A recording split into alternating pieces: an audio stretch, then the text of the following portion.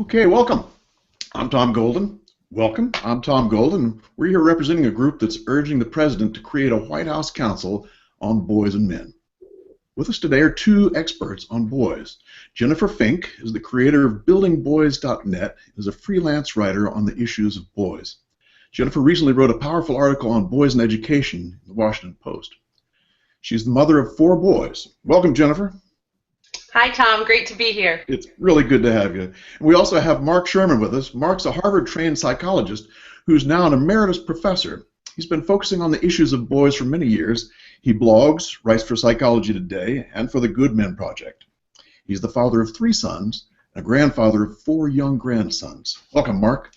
Well, thanks a lot, Tom. It's great to be here. It's good to have you. Appreciate you both being here today. And the topic we're going to talk about today is, why are boys failing in school? Why are boys failing in school? And who wants to start off with that?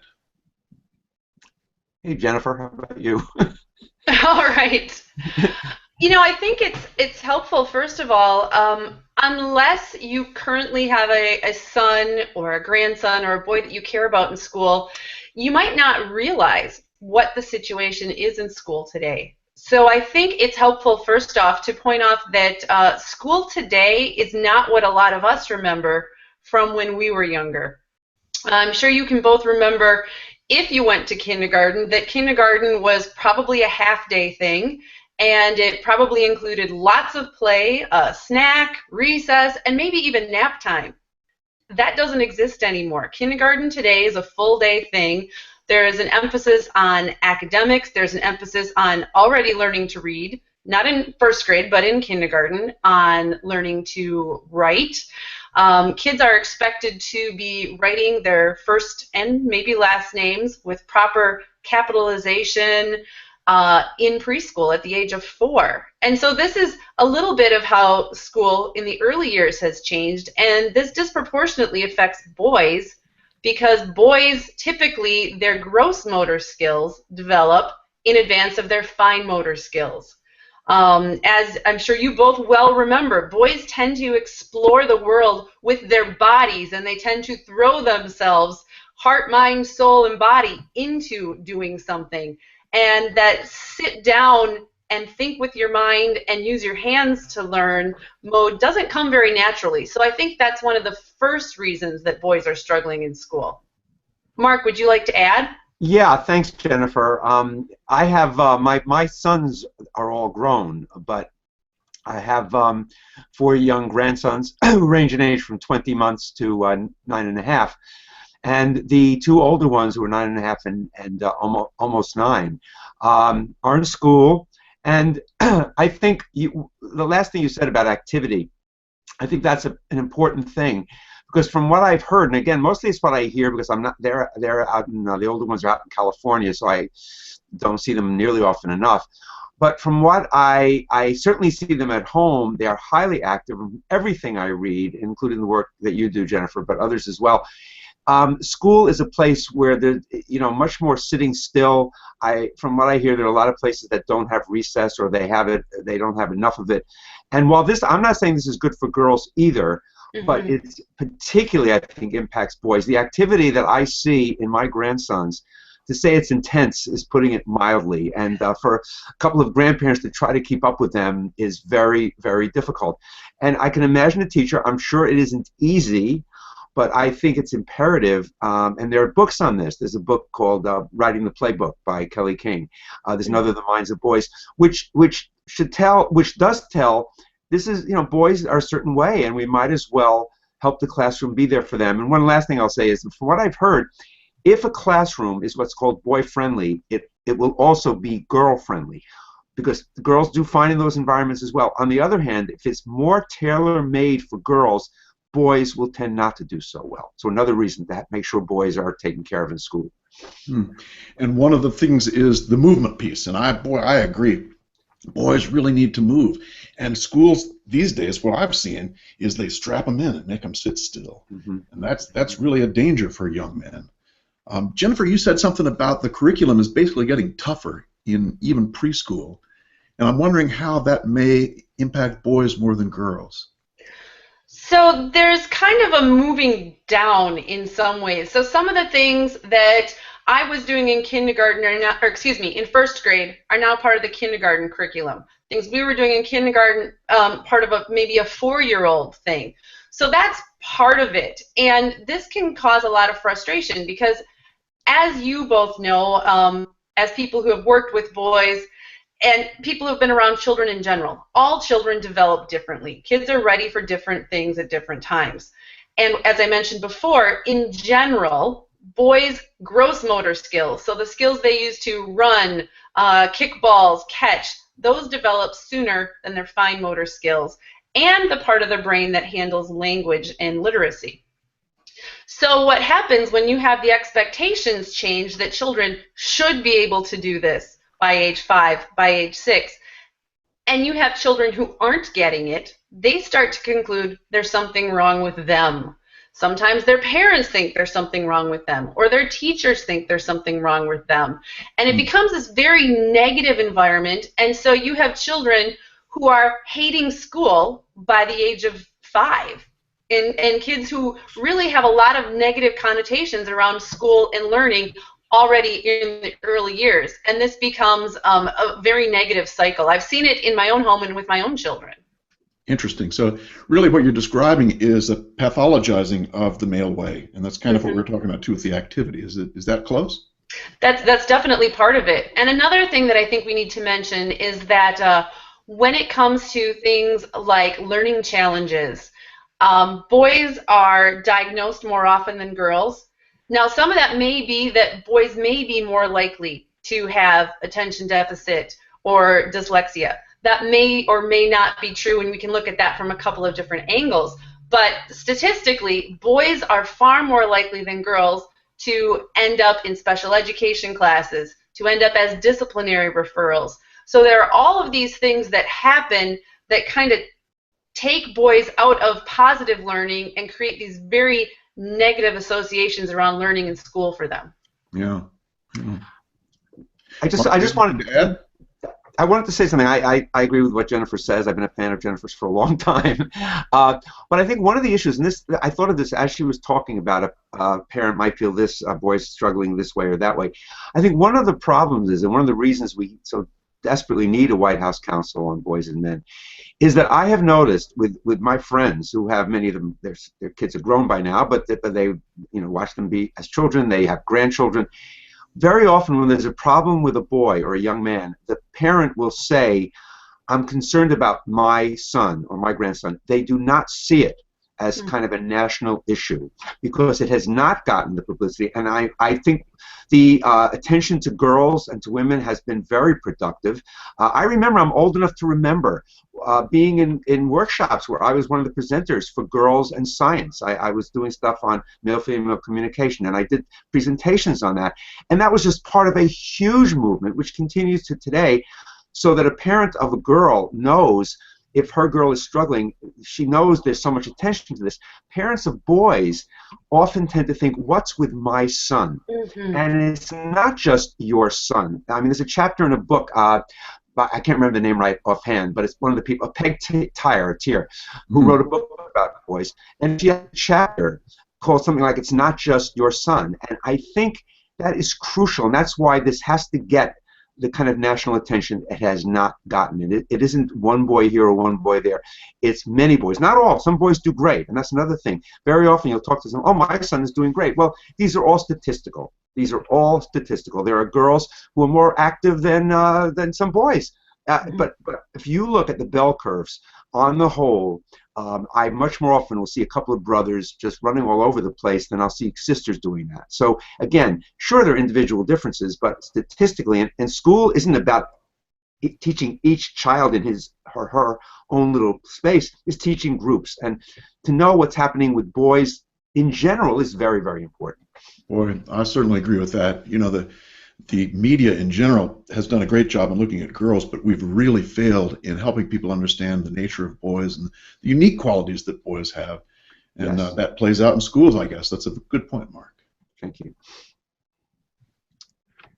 What else, folks? I'll just very quickly, I know it's back to Jennifer. Yeah. When Jennifer was saying something about this activity level that boys have, Oh. there's been plenty written about some boys need medications. They're literally ADHD, and they may need medical help. When I say medical help, I mean drugs.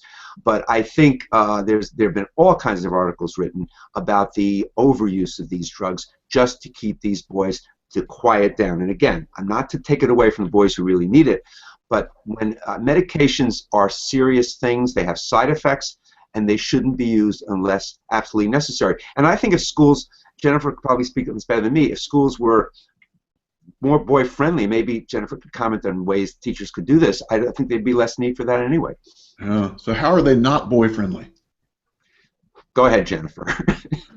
Well, there's a couple of things. We've already touched a bit on the activity level. The fact that kids are expected to sit most of the time, that's tough for everybody. It's particularly hard on boys, but I don't have it right in front of me. A couple of months ago, I think it was a teacher did an article for the Washington Post, and she was a high school teacher, where she attempted to keep up the life of a student for a couple of days. And one of the things she noticed was how all of that sitting just drained her completely. Mm-hmm. So think about yourself and your own work style. I work at home. I'm a writer. I sit a lot, but I get upstairs. I go get coffee. I'll go check the mail. Our kids don't even have that much opportunity in their third grade classroom sometimes. So that's number one. Another thing is that the things that boys are interested in are often not very well accepted at school. Throughout eternity, boys have been drawn to battle, and the battles between good and evil. And yes, some of this is societal, and yes, some of it is social expectations. But there's other research that shows that it's also completely normal, and that there's nothing inherently harmful in a young boy wanting to pretend battle somebody, whether it's with sticks or with its pretend guns with their hands. But all of this is now completely unacceptable in the classroom. So boys get overt and covert messages that the things they're interested in are not okay. And I think that does a huge disservice. So you have boys who are forced to read books that don't interest them, not allowed to read or write about the things that are interesting to them, and they tune out. They give up on it. Right. They feel like they're not really a part of things, and it's almost they're kind of distant in an orbit rather than the essence. You know, it's this place that they go because they have to, yeah. And to them there's no relevance to their lives, and their real life is what happens outside of that building. Yeah. And I see that with my own sons.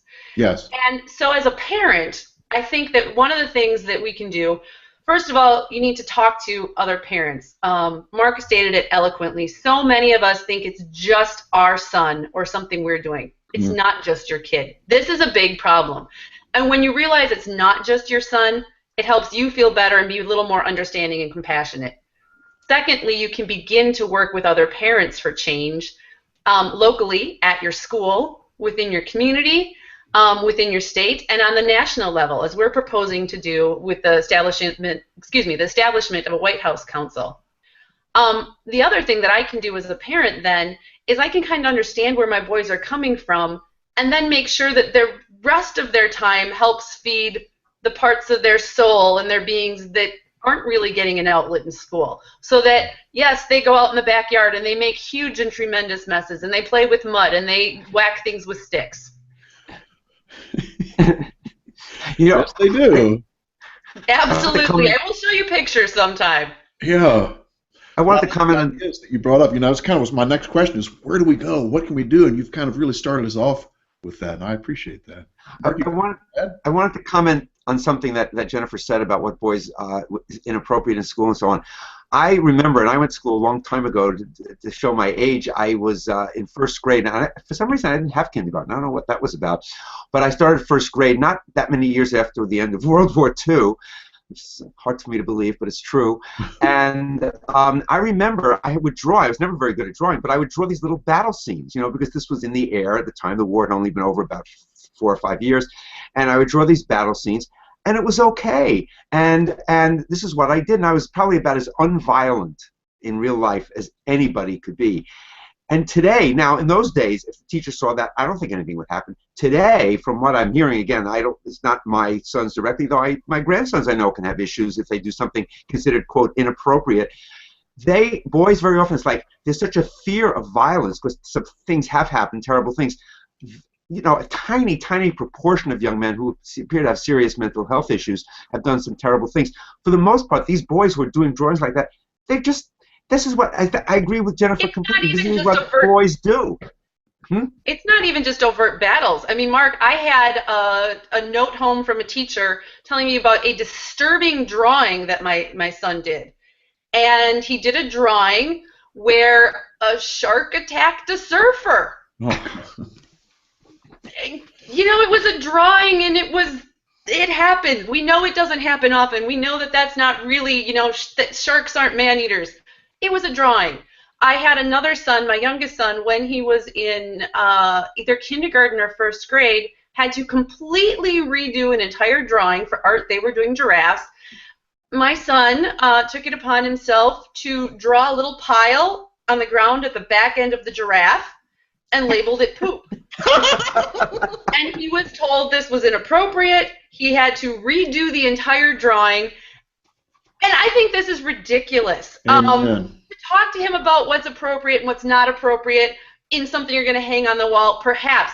But why not use that to talk about, you know, the very real functions of animals and bodies?